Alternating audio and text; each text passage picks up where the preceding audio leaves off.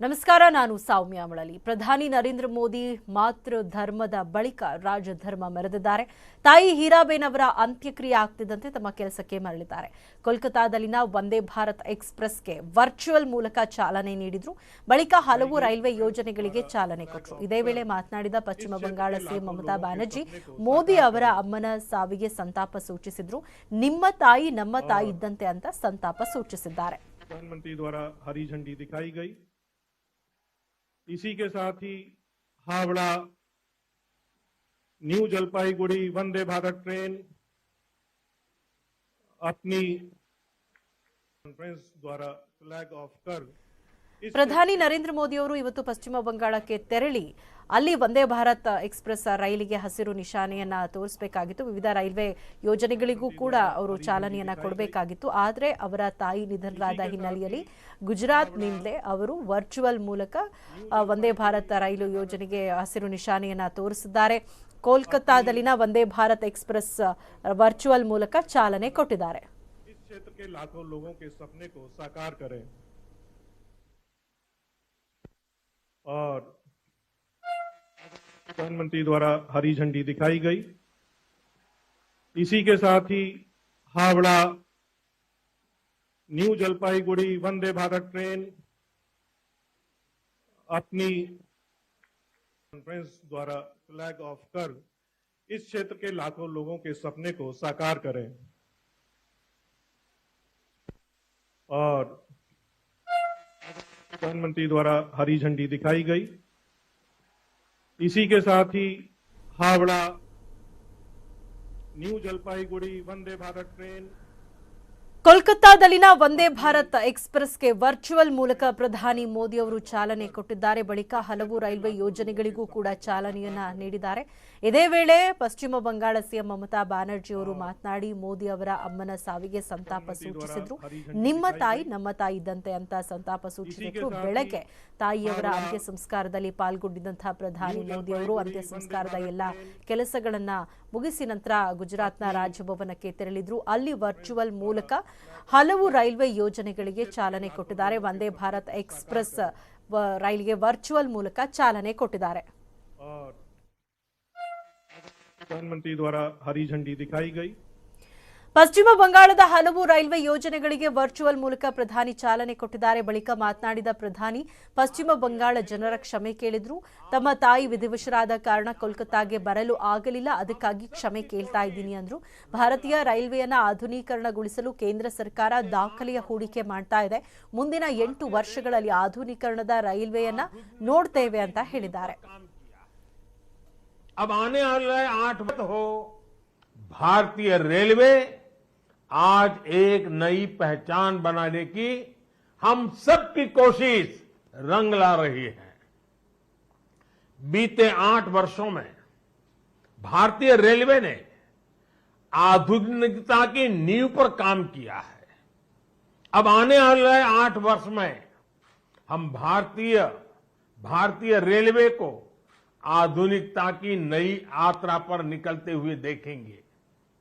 भारत जैसे युवा देश के लिए भारतीय रेल भी युवा अवतार लेने जा रहा है। आज सुरक्षित आधुनिक कोचेज की संख्या में रिकॉर्ड वृद्धि हो रही है। आज रेलवे स्टेशन को भी एयरपोर्ट की तरह विकसित किया जा रहा है। न्यू जलपाईगुड़ी स्टेशन भी इसी लिस्ट में शामिल है। आज रेलवे लाइनों का दोहरीकरण, रेलवे लाइनों का बिजलीकरण जिस रफ्तार से हो रहा है वो पहले कभी नहीं हुआ। देश में जो ईस्टर्न और वेस्टर्न डेडिकेटेड फ्रेट कॉरिडोर बन रहे हैं, हो भारतीय रेलवे आज एक नई पहचान बनाने की ಪ್ರಧಾನಿ ನರೇಂದ್ರ ಮೋದಿ ಅವರ ತಾಯಿ ಹೀರಾಬೇನ್ ಮೋದಿ ಅವರ ಅಂತಿಮ ಸಂಸ್ಕಾರ ಗುಜರಾತ್ನ ಗಾಂಧಿನಗರದಲ್ಲಿ ನೆರವೇರಿದೆ. ಮೋದಿ ಕುಟುಂಬದ ಸದಸ್ಯರೆಲ್ಲರೂ ಅಂತ್ಯ ಸಂಸ್ಕಾರದಲ್ಲಿ ಭಾಗಿಯಾಗಿದ್ರು. ತಾಯಿಯ ಅಗಲಿಕೆ ಸುದ್ದಿ ತಿಳಿತಾ ಇದ್ದಂತೆ ಪ್ರಧಾನಿ ಅಹಮದಾಬಾದ್ಗೆ ತೆರಳಿದ್ರು. ತಾಯಿಯ ಪಾರ್ಥಿವ ಶರೀರಕ್ಕೆ ನಮಿಸಿ ತಾಯಿಯ ಚಿತೆಯನ್ನ ಹೊತ್ತು ಅವರ ಒಂದು ಪಾರ್ಥಿವ ಶರೀರವನ್ನ ಹೊತ್ತು ಭಾವುಕರಾಗಿ ಹೆಜ್ಜೆ ಹಾಕಿದ್ರು. ಬಳಿಕ ಗಾಂಧಿನಗರದ ಸೆಕ್ಟರ್ 30ರ ರುದ್ರಭೂಮಿಯಲ್ಲಿ ಪೂಜೆ ಸಲ್ಲಿಸಿ ಮೋದಿ ಸೇರಿದಂತೆ ನಿಧನರಾಗ್ತಾರೆ. ಆ ಬಳಿಕ ಒಂದು ವಿಚಾರ ಗೊತ್ತಾಗ್ತಾ ಇದ್ದ ಹಾಗೆ ಪ್ರಧಾನಿ ಮೋದಿಯವರು ಕೂಡ ಆಗಮಿಸ್ತಾರೆ.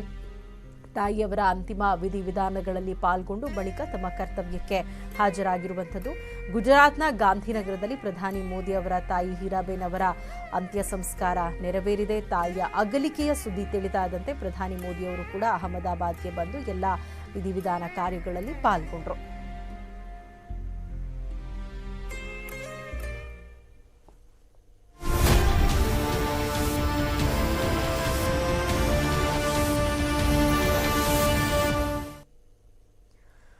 ಮಂಡ್ಯದಲ್ಲಿ ಡೇರಿ ಉದ್ಘಾಟನೆ ಬಳಿಕ ಮಂಡ್ಯದಲ್ಲಿನ ಜನಸಂಕಲ್ಪ ರ್ಯಾಲಿಯಲ್ಲಿ ಅಮಿತ್ ಶಾ ಭಾಗಿಯಾಗಿದ್ದಾರೆ. ಹಳೆ ಮೈಸೂರು ಭಾಗದ ಕಾರ್ಯಕರ್ತರು ಕೂಡ ಈ ಒಂದು ರ್ಯಾಲಿಯಲ್ಲಿ ಪಾಲ್ಗೊಂಡಿದ್ದಾರೆ. ಮಂಡ್ಯದಲ್ಲಿ ಡೇರಿ ಉದ್ಘಾಟನೆ ಬಳಿಕ ಜನಸಂಕಲ್ಪ ಯಾತ್ರೆಯಲ್ಲಿ ಕೇಂದ್ರ ಗೃಹ ಸಚಿವ ಅಮಿತ್ ಶಾ ಅವರು ಪಾಲ್ಗೊಂಡಿರುವಂಥದ್ದು. ಮಂಡ್ಯದ ಜನಸಂಕಲ್ಪ ಯಾತ್ರೆಯಲ್ಲಿ ಕೆಲ ಹೊತ್ತಿನಲ್ಲೇ ಅಮಿತ್ ಶಾ ಅವರು ಪಾಲ್ಗೊಳ್ತಾ ಇದ್ದಾರೆ. ಅಮಿತ್ ಶಾ ಆಗಮನದಿಂದ ರಾಜ್ಯ ಬಿಜೆಪಿಯಲ್ಲಿ ಹೊಸ ಹುಮ್ಮಸ್ಸು ಮೂಡಿದೆ. ಹಳೆ ಮೈಸೂರು ಭಾಗದಲ್ಲಿ ಹೆಚ್ಚು ಸ್ಥಾನ ಗೆಲ್ಲುವ ವಿಶ್ವಾಸವನ್ನ ವ್ಯಕ್ತಪಡಿಸ್ತಾ ಇದ್ದಾರೆ. ಕಾರ್ಯಕ್ರಮಕ್ಕೆ ನೂರಾರು ಸಂಖ್ಯೆಯಲ್ಲಿ ಕಾರ್ಯಕರ್ತರು ಕೂಡ ಆಗಮಿಸ್ತಾ ಇರುವಂಥದ್ದು. ರ್ಯಾಲಿಯಲ್ಲಿ 1 ಲಕ್ಷಕ್ಕೂ ಹೆಚ್ಚು ಜನ ಪಾಲ್ಗೊಳ್ಳುವ ನಿರೀಕ್ಷೆ ಇದೆ. ಹಳೆ ಮೈಸೂರು ಭಾಗದಲ್ಲಿ ಬಿಜೆಪಿ ಈ ಬಾರಿ ಅತಿ ಹೆಚ್ಚು ಸ್ಥಾನವನ್ನ ಟಾರ್ಗೆಟ್ ಮಾಡಿರುವಂಥದ್ದು. ಅಂತೆಯೇ ಇವತ್ತು ಡೇರಿಯನ್ನ ಉದ್ಘಾಟನೆ ಮಾಡಿದ್ರು ಅಮಿತ್ ಶಾ ಅವರು. ಜನಸಂಕಲ್ಪ ಯಾತ್ರೆಯಲ್ಲೂ ಕೂಡ ಪಾಲ್ಗೊಳ್ತಾ ಇದ್ದಾರೆ. ಕೆಲವೇ ಹೊತ್ತಿನಲ್ಲಿ ಅಮಿತ್ ಶಾ ಅವರು ಜನಸಂಕಲ್ಪ ಯಾತ್ರೆಗೆ ಆಗಮಿಸುವಂಥದ್ದು. ಬಿಜೆಪಿಯ ಜನಸಂಕಲ್ಪ ರ್ಯಾಲಿಗೆ ಸಾವಿರಾರು ಸಂಖ್ಯೆಯಲ್ಲಿ ಜನ ಕೂಡ ಪಾಲ್ಗೊಂಡಿರುವಂಥದ್ದು. ಅಲ್ಲಿ ರ್ಯಾಲಿಗೆ ಮಾಡಲಾಗಿರುವಂತಹ ವೇದಿಕೆಯ ಮುಂಭಾಗದಲ್ಲಿ ಸಾಕಷ್ಟು ಸಂಖ್ಯೆಯಲ್ಲಿ ಅಲ್ಲಿ ಜನ ಸೇರಿರುವಂತಹ ದೃಶ್ಯವನ್ನ ಕೂಡ ನಾವು ಗಮನಿಸಬಹುದು. ಹಳೆ ಮೈಸೂರು ಭಾಗ ಅಂತಂದ್ರೆ ಅದು 3 ಪಕ್ಷಗಳಿಗೂ ಕೂಡ ತುಂಬಾನೇ ಇಂಪಾರ್ಟೆಂಟ್. ಜೆಡಿಎಸ್ನ ಭದ್ರಕೋಟೆ ಅಂತಲೂ ಕೂಡ ಹೇಳಲಾಗುತ್ತೆ. ಇನ್ನು ಕಾಂಗ್ರೆಸ್ ಹಾಗೆ ಜೆಡಿಎಸ್ ಮಧ್ಯೆ ಯಾವಾಗಲೂ ಕೂಡ ಪೈಪೋಟಿ ಇರುವಂಥದ್ದು. ಅಲ್ಲಿ ಬಿಜೆಪಿ ಹೆಚ್ಚು ಪ್ರಾಬಲ್ಯವನ್ನ ಸ್ಥಾಪಿಸೋ ನಿಟ್ಟಿನಲ್ಲಿ ಈ ಒಂದು ಸಮಾವೇಶವನ್ನ ಆಯೋಜನೆ ಮಾಡಲಾಗಿದೆ. ಮುಂಬರುವ ಚುನಾವಣೆಯಲ್ಲಿ ಅತಿ ಹೆಚ್ಚು ಸ್ಥಾನವನ್ನ ಗೆಲ್ಲುವಂತಹ ವಿಶ್ವಾಸವೂ ಕೂಡ ಬಿಜೆಪಿಯವರಿಗೆ ಇರುವಂಥದ್ದು. ಮಂಡ್ಯದಲ್ಲಿ ಆಯೋಜನೆ ಮಾಡಿರುವಂತಹ ಜನಸಂಕಲ್ಪ ಯಾತ್ರೆಯಲ್ಲಿ ಇನ್ನೇನು ಕೆಲವೇ ಕ್ಷಣಗಳಲ್ಲಿ ಅಮಿತ್ ಶಾ ಅವರು ಪಾಲ್ಗೊಳ್ಳಲಿದ್ದಾರೆ. ಇದೆಲ್ಲದರ ಬಗ್ಗೆ ಹೆಚ್ಚಿನ ಮಾಹಿತಿಯನ್ನು ಪಡ್ಕೊಳ್ಳೋಣ. ನಮ್ಮ political bureau head Chidanand Patel ನಮ್ಮ ಜೊತೆ ಫೋನ್ ಸಂಪರ್ಕದಲ್ಲಿ ಜಾಯ್ನ್ ಆಗಿದ್ದಾರೆ. ಚಿದಾನಂದ್, ಡೇರಿ ಉದ್ಘಾಟನೆ ಬಳಿಕ ಇನ್ನೇನು ಕೆಲವೇ ಕ್ಷಣಗಳಲ್ಲಿ ಬಿಜೆಪಿಯ ಜನಸಂಕಲ್ಪ ರ್ಯಾಲಿಯಲ್ಲೂ ಕೂಡ ಅಮಿತ್ ಶಾ ಅವರು ಭಾಗವಹಿಸ್ತಾ ಇರುವಂಥದ್ದು. ಈ ಒಂದು ಕಾರ್ಯಕ್ರಮದ ಮುಖಾಂತರ ಬಿಜೆಪಿ ಯಾವ ರೀತಿ ಪ್ರಾಬಲ್ಯ ಸಾಧಿಸೋದಕ್ಕೆ ಮುಂದಾಗಿರುವಂಥದ್ದು, ಹೈಲೈಟ್ಸ್ ಬಗ್ಗೆ ಮಾತಾಡೋದಾದ್ರೆ?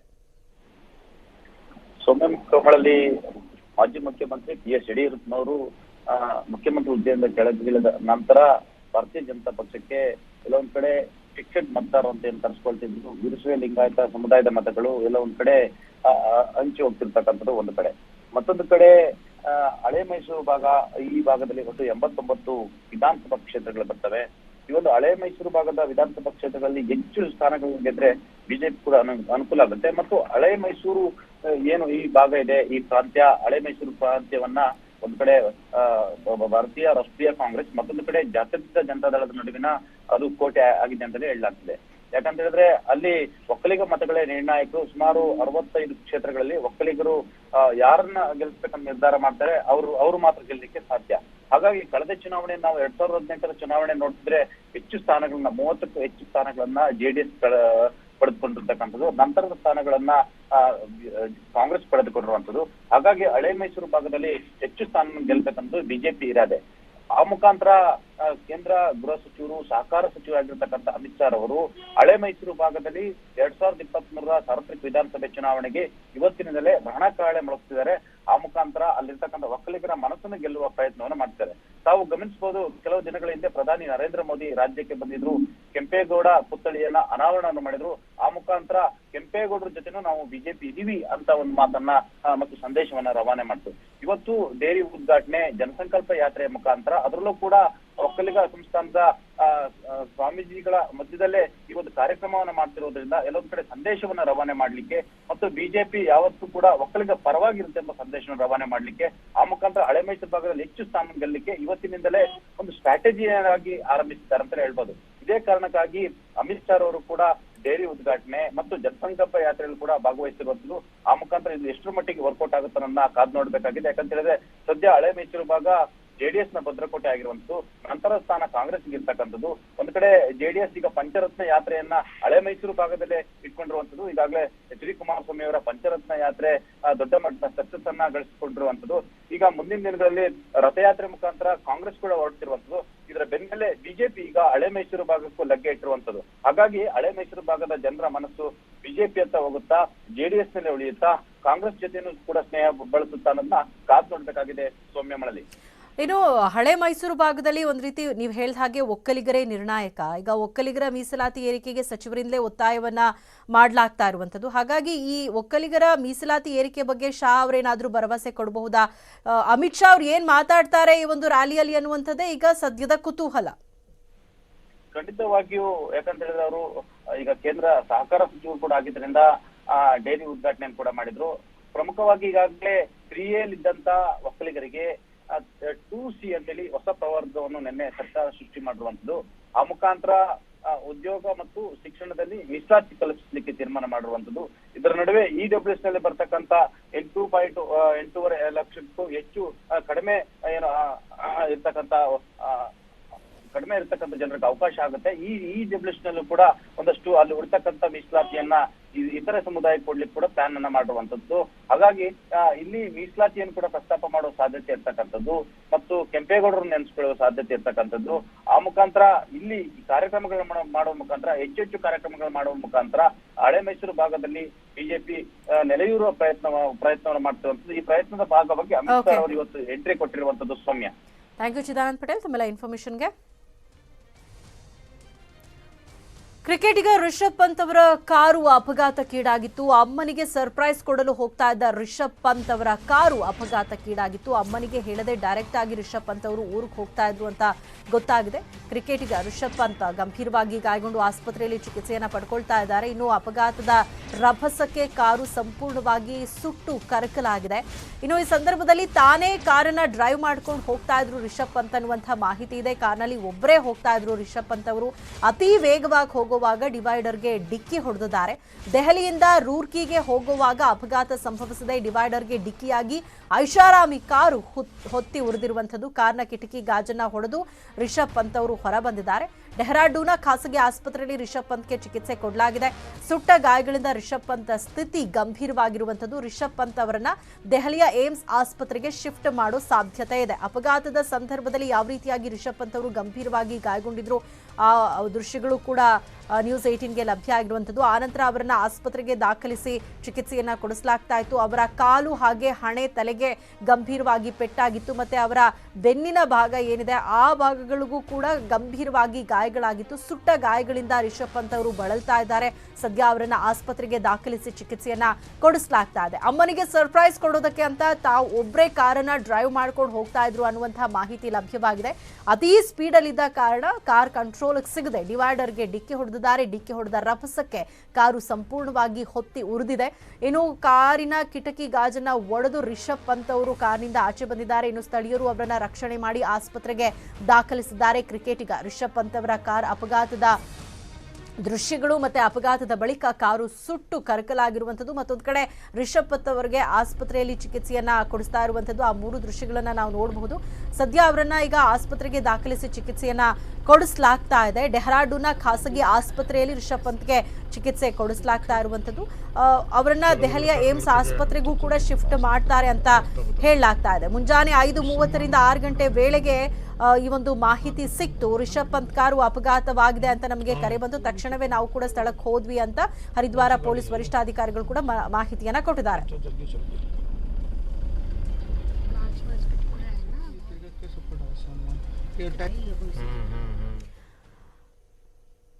ಇದರ ಬಗ್ಗೆ ಹೆಚ್ಚಿನ ಮಾಹಿತಿಯನ್ನು ಪಡ್ಕೊಳ್ಳೋಣ. ನಮ್ಮ ಡೆಪ್ಯೂಟಿ ನ್ಯೂಸ್ ಎಡಿಟರ್ ರಾಘವೇಂದ್ರ ಗುಡಿ ನ್ಯೂಸ್ ಡೆಸ್ಕ್ ಇಂದ ನಮ್ಮ ಜೊತೆ ನೇರ ಸಂಪರ್ಕದಲ್ಲಿ ಜಾಯ್ನ್ ಆಗಿದ್ದಾರೆ. ರಾಘವೇಂದ್ರ ಗುಡಿ, ಸದ್ಯದ ರಿಷಬ್ ಪಂತ್ ಅವರ ಹೆಲ್ತ್ ಕಂಡೀಷನ್ ಬಗ್ಗೆ ಏನ್ ಇನ್ಫಾರ್ಮೇಶನ್ ಸಿಗ್ತಾ ಇದೆ ಮತ್ತು ಕಾರ್ ಅಪಘಾತದ ದೃಶ್ಯಗಳನ್ನ ನೋಡ್ತಾ ಇದ್ರೆ ಓವರ್ ಸ್ಪೀಡೇ ಈ ಒಂದು ಅಪಘಾತಕ್ಕೆ ಕಾರಣ ಆಯ್ತು ಅಂತ ಅನ್ನಿಸ್ತಾ ಇದೆ ಅಲ್ವಾ? ಪೊಲೀಸರು ಸ್ಥಳಕ್ಕೆ ಬಂದ ನಂತರ ಪರಿಶೀಲನೆ ಕೊಟ್ಟಾಗ ಒಂದಷ್ಟು ಮಾಹಿತಿಗಳನ್ನ ಕೊಟ್ಟಿದ್ದಾರೆ. ಪೊಲೀಸರ ಪ್ರಕಾರ ಹೇಗಾಗಿದೆ ಆಕ್ಸಿಡೆಂಟ್ ಮತ್ತೆ ರಿಷಬ್ ಪಂತ್ ಅವರ ಹೆಲ್ತ್ ಕಂಡೀಷನ್ ಬಗ್ಗೆ ಏನ್ ಮಾಹಿತಿ ಸಿಗ್ತಾ ಇದೆ?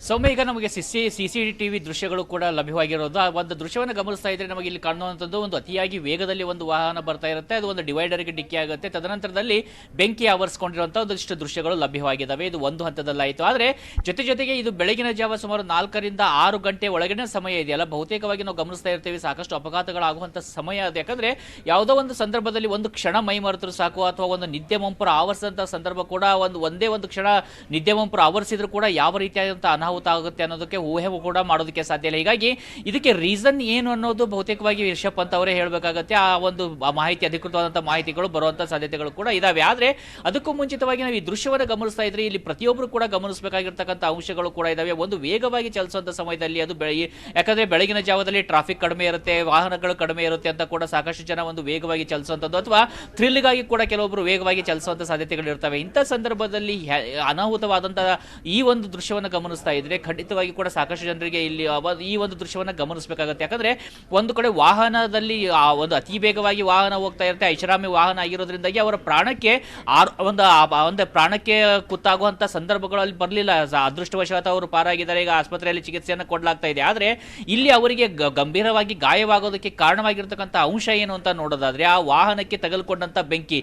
ಯಾವಾಗ ವಾಹನಕ್ಕೆ ಬೆಂಕಿ ತಗಲ್ಕೊಳ್ಳುತ್ತದೆ ಅದು ಇದ್ದಕ್ಕಿದ್ದ ಹಾಗೆ ಬೆಂಕಿ ತಗಲ್ಕೊಂಡಾಗ ಅದರಲ್ಲಿ ಇರ್ತಕ್ಕಂಥ ಎಲೆಕ್ಟ್ರಾನಿಕ್ ಸಿಸ್ಟಮ್ಗಳು ಜಾಮ್ ಆಗ್ಬಿಡ್ತವೆ. ಸಾಕಷ್ಟು ಸಮಯದಲ್ಲಿ ಡೋರ್ ಓಪನ್ ಆಗೋದಿಲ್ಲ. ಯಾಕಂದ್ರೆ ಆಟೋಮೆಟಿಕ್ ಡೋರ್ಗಳಿದ್ದಾಗ ಅದನ್ನು ಎಷ್ಟೇ ನೀವು ಬಟನ್ ಪ್ರೆಸ್ ಮಾಡಿದ್ರು ಕೂಡ ಒಂದು ವಾಹನದಲ್ಲಿ ಬೆಂಕಿ ಕಾರಣದಿಂದಾಗಿ, ಆ ಬೆಂಕಿ ಆವರಿಸಿಕೊಂಡಿರೋ ಕಾರಣದಿಂದಾಗಿ ಶಾರ್ಟ್ ಸರ್ಕ್ಯೂಟ್ ಆಗುವಂಥ ಸಾಧ್ಯತೆಗಳಿರುತ್ತೆ, ಅಥವಾ ಅಲ್ಲಿ ಇಡೀ ಸರ್ಕ್ಯೂಟೇ ಬರ್ನ್ ಆಗುವಂಥ ಸಾಧ್ಯತೆಗಳಿರುತ್ತೆ. ಹೀಗಾಗಿ ಡೋರ್ ಓಪನ್ ಆಗೋದಿಲ್ಲ. ಯಾವಾಗ ಡೋರ್ ಓಪನ್ ಆಗೋದಿಲ್ಲ ಅದು ಸಾಕಷ್ಟು ಒಂದು ಆತಂಕಕ್ಕೂ ಕೂಡ ಈಡಾಗೋಕ್ಕೆ ಕಾರಣ ಆಗುತ್ತೆ. ಆದರೆ ರಿಷಬ್ ಪಂತ್ ಅವರು ಇಲ್ಲಿ ಒಂದು ಬ್ರೇವ್ ಆಗಿ ಫೈಟ್ ಮಾಡ್ತಾರೆ.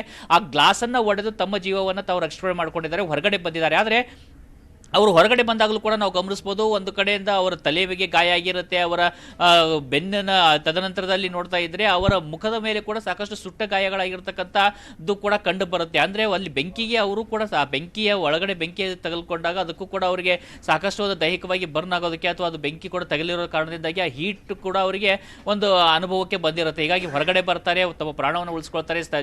ಆ ಒಂದು ಸಂದರ್ಭದಲ್ಲಿ ಸ್ಥಳೀಯರು ಬಂದು ಅವರನ್ನ ಆಸ್ಪತ್ರೆಗೆ ಕರೆದುಕೊಂಡು ಹೋಗಿದ್ದಾರೆ. ಅಲ್ಲಿ ಪೊಲೀಸ್ ವರಿಷ್ಠಾಧಿಕಾರಿಗಳು ಕೂಡ ಭೇಟಿಯನ್ನು ಕೊಟ್ಟಿದ್ದಾರೆ. ನಮಗೆ ಆಸ್ಪತ್ರೆ ಒಳಗಿನ ದೃಶ್ಯಗಳಲ್ಲಿ ಕೂಡ ಸಾಕಷ್ಟು ಫೋಟೋಗ್ರಾಫ್ಗಳು ಲಭ್ಯ ಆಗ್ತಾ ಇದ್ದಾವೆ. ಅದನ್ನು ನಾವು ಎಷ್ಟೋ ಫೋಟೋಗ್ರಾಫ್ಗಳನ್ನ ತೋರಿಸೋದಕ್ಕೂ ಕೂಡ ಸಾಧ್ಯ ಆಗೋದಿಲ್ಲ ಸೌಮ್ಯ. ಯಾಕಂದ್ರೆ ಅವರ ಬೆನ್ನಿನ ಭಾಗದಲ್ಲಿ ಸುಟ್ಟ ಗಾಯಗಳು ಜೊತೆಗೆ ಒಂದು ರಕ್ತ ಸಿಕ್ತವಾಗಿರತಕ್ಕಂಥದ್ದು ಕೂಡ ಕಂಡು ಬರ್ತಾ ಇದೆ. ಅಂದ್ರೆ ಒಂದು ಅವರು ಬೆಂಕಿಯಿಂದ ತಪ್ಪಿಸಿಕೊಳ್ಳೋದಕ್ಕೆ ಹೊರಗಡೆ ಬರುವಂತ ಸಮಯದಲ್ಲಿ ಒಂದು ಘರ್ಷಣೆ, ಅಂದ್ರೆ ಒಂದು ಅವರು ವಾಹನದಿಂದ ಆಚೆ ಬಂದಾಗ ಆಗಿರೋದಂಥದ್ದು ಇರ್ಬೋದು, ವೇಗವಾಗಿ ವಾಹನ ಚಲಿಸೋ ಸಂದರ್ಭದಲ್ಲಿ, ಅಥವಾ ಆ ಒಂದು ವಿಂಡೋದಿಂದ ಹೊರಗಡೆ ಬರುವಂತ ಸಂದರ್ಭದಲ್ಲಿ ಆಗಿರುವಂತ ಗಾಯಗಳಿರ್ಬೋದು. ಬೆನ್ನಿನ ಭಾಗಕ್ಕೂ ಕೂಡ ಸಾಕಷ್ಟು ಗಾಯ ಆಗಿದೆ, ಅವರ ಕಾಲಿಗೂ ಕೂಡ ಗಾಯ ಆಗಿದೆ ಅಂತೇಳಿ ಮಾಹಿತಿಗಳು ಲಭ್ಯ ಆಗ್ತಾ ಇದಾವೆ. ಹೀಗಾಗಿ ಬಹುತೇಕವಾಗಿ ಅವರನ್ನು ಡೆಹ್ರಾಡೂನ್ನಿಂದ ದೆಹಲಿಗೆ ಏಮ್ಸ್ಗೆ ಕೂಡ ಶಿಫ್ಟ್ ಮಾಡುವಂತ ಸಾಧ್ಯತೆಗಳಿದೆ ಅಂತ ಹೇಳಲಾಗ್ತಿದೆ. ಆದರೆ ಅಧಿಕೃತವಾದಂತಹ ಮಾಹಿತಿ ಬಂದಿಲ್ಲ.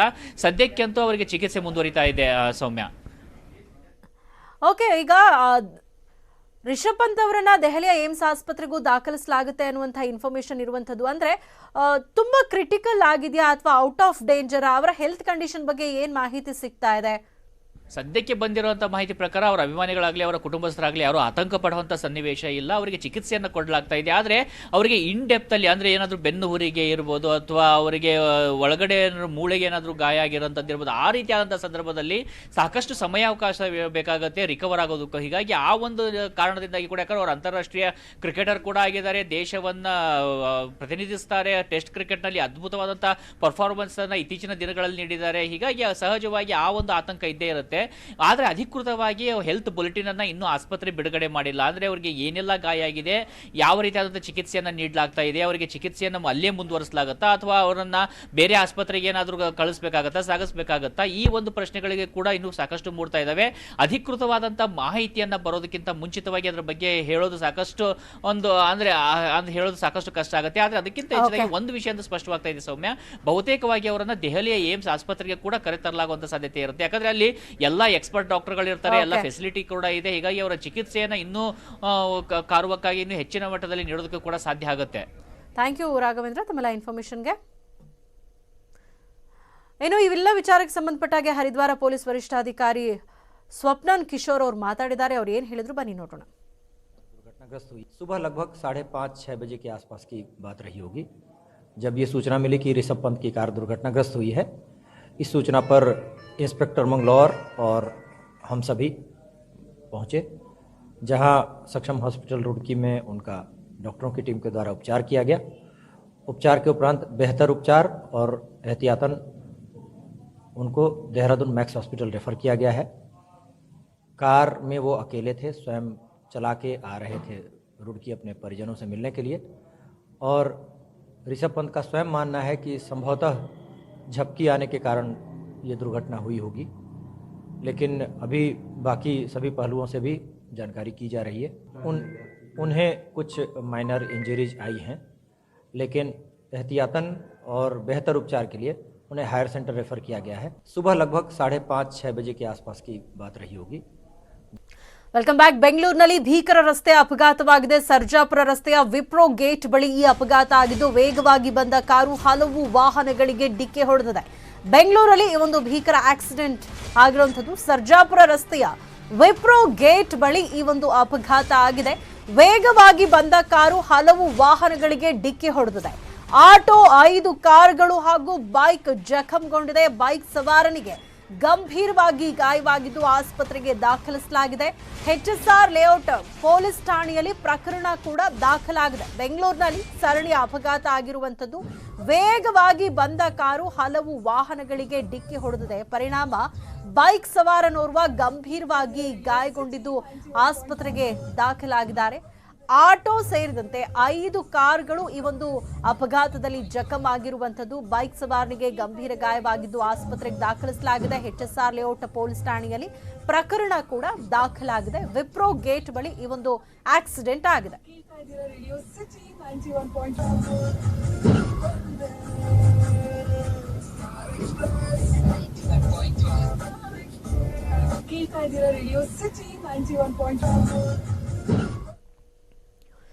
ಬೆಂಗಳೂರಲ್ಲಿ ಸುಮಾರು 6 ಕೋಟಿ ಮೌಲ್ಯದ ಡ್ರಗ್ಸ್ ಸೀಸ್ ಮಾಡಲಾಗಿದೆ. ಹೊಸ ವರ್ಷಕ್ಕೆ ಬೆಂಗಳೂರಿಗೆ ಬರ್ತಾ ಇದ್ದ ಡ್ರಗ್ಸ್ ಅನ್ನು ಸಿಸಿಬಿ ಪೊಲೀಸರು ಸೀಸ್ ಮಾಡಿದ್ದಾರೆ.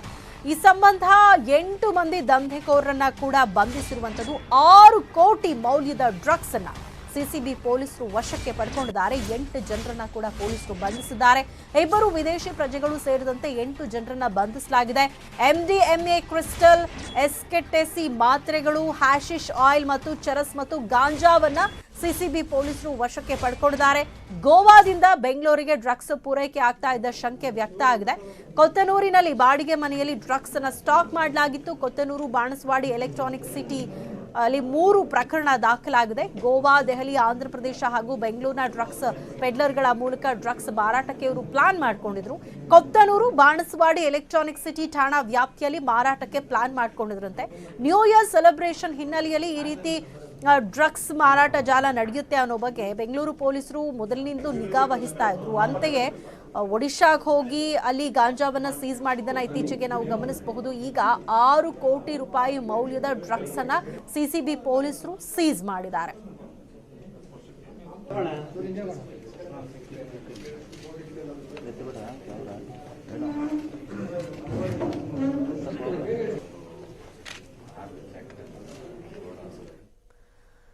ಬೆಂಗಳೂರಿನ ಸರ್ಜಾಪುರದಲ್ಲಿ ಮನೆ ಮುಂದೆ ಆಟವಾಡ್ತಾ ಇದ್ದ ಮಗುವಿನ ತಲೆ ಮೇಲೆ ದೊಡ್ಡ ತೆಂಗಿನಕಾಯಿ ಬಿದ್ದಿದೆ. 2 ವರ್ಷದ ಸಂಪ್ರೀತಿ ಎಂಬ ಮಗುವಿನ ಮೇಲೆ ತೆಂಗಿನಕಾಯಿ ಬಿದ್ದಿದೆ. ಬಿದ್ದ ರಭಸಕ್ಕೆ ಮಗು ಕುಸಿದು ಬಿದ್ದುದು ತೀವ್ರ ರಕ್ತಸ್ರಾವ ಕೂಡ ಆಗಿತ್ತು. ತೆಂಗಿನಕಾಯಿ ಬಿದ್ದ ಕೂಡಲೇ ಮಗುವನ್ನ ಸರ್ಜಾಪುರ ರಸ್ತೆಯಲ್ಲಿರುವ ಮಣಿಪಾಲ್ ಆಸ್ಪತ್ರೆಗೆ ದಾಖಲಿಸಲಾಗಿದೆ. ವೈದ್ಯರು ಸ್ಕ್ಯಾನಿಂಗ್ ಮಾಡಿ ನೋಡಿದಾಗ ಮಗುವಿನ ತಲೆ ಬುರುಡೆ ಬಿರುಕು ಬಿಟ್ಟಿರೋದು ಗೊತ್ತಾಗಿದೆ.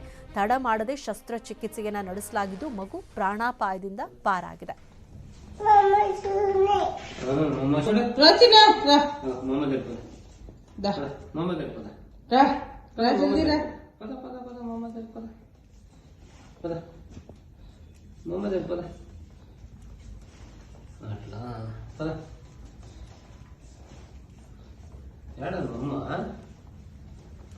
ಮನೆ ಮುಂದೆ ಮಕ್ಕಳು ಆಟ ಆಡುವಾಗ ಎಷ್ಟು ಮುತುವರ್ಜಿಯನ್ನು ವಹಿಸಬೇಕು ಪೋಷಕರು ಅನ್ನೋದಕ್ಕೆ ಈ ಒಂದು ಘಟನೆಯೇ ಸಾಕ್ಷಿ. ಅದೃಷ್ಟವಶಾತ್ ಮಗು ಪ್ರಾಣಾಪಾಯದಿಂದ ಪಾರಾಗಿದೆ. ಆದರೆ ಆ ತೆಂಗಿನಕಾಯಿ ಬಿದ್ದಂಥ ರಭಸಕ್ಕೆ ಮಗು ಸ್ಥಳದಲ್ಲಿಯೇ ಪ್ರಜ್ಞೆ ತಪ್ಪೀಳುತ್ತೆ. ಅಲ್ಲಿ ಪಕ್ಕದಲ್ಲಿದ್ದಂತಹ ಮಕ್ಕಳು ಅವರ ಪೇರೆಂಟ್ಸ್ ಅನ್ನ ಕರೀತಾರೆ. ತಕ್ಷಣಕ್ಕೆ ಪೋಷಕರು ಕೂಡ ತಡ ಮಾಡದೆ ಆ ಮಗುವನ್ನ ಮಣಿಪಾಲ್ ಆಸ್ಪತ್ರೆಗೆ ದಾಖಲಿಸ್ತಾರೆ. ಆಗ ಮಗುವಿಗೆ ಸ್ಕ್ಯಾನಿಂಗ್ ಮಾಡಿ ನೋಡಿದಾಗ ತಲೆಬುರುಡೆ ಬಿರುಕು ಬಿಟ್ಟಿರೋದು ಗೊತ್ತಾಗಿದೆ. ಚಿಕ್ಕ ಮಗು ಆಗಿದ್ರಿಂದ ವೈದ್ಯರು ಕೂಡ ತಕ್ಷಣಕ್ಕೆ ಮಗುವಿಗೆ ಸರ್ಜರಿ ಮಾಡಿದ್ದಾರೆ. ಸರ್ಜರಿ ಬಳಿಕ ಇದೀಗ ಮಗು ಪ್ರಾಣಾಪಾಯದಿಂದ ಪಾರಾಗಿರುವಂಥದ್ದು. ಮಗುವಿನ ತಲೆಯಿಂದ ತೀವ್ರ ರಕ್ತಸ್ರಾವ ಕೂಡ ಆಗಿತ್ತು. ಆ ತೆಂಗಿನಕಾಯಿ ಬಿದ್ದಂತಹ ರಭಸಕ್ಕೆ ಮಗು ಸ್ಥಳದಲ್ಲಿಯೇ ಪ್ರಜ್ಞೆ ತಪ್ಪಿ ಬಿದ್ದಿತ್ತು. ಈಗ ಅದೃಷ್ಟವಶಾತ್ ಮಗು ಪ್ರಾಣಾಪಾಯದಿಂದ ಪಾರಾಗಿದೆ, ಆರೋಗ್ಯವಾಗಿದೆ.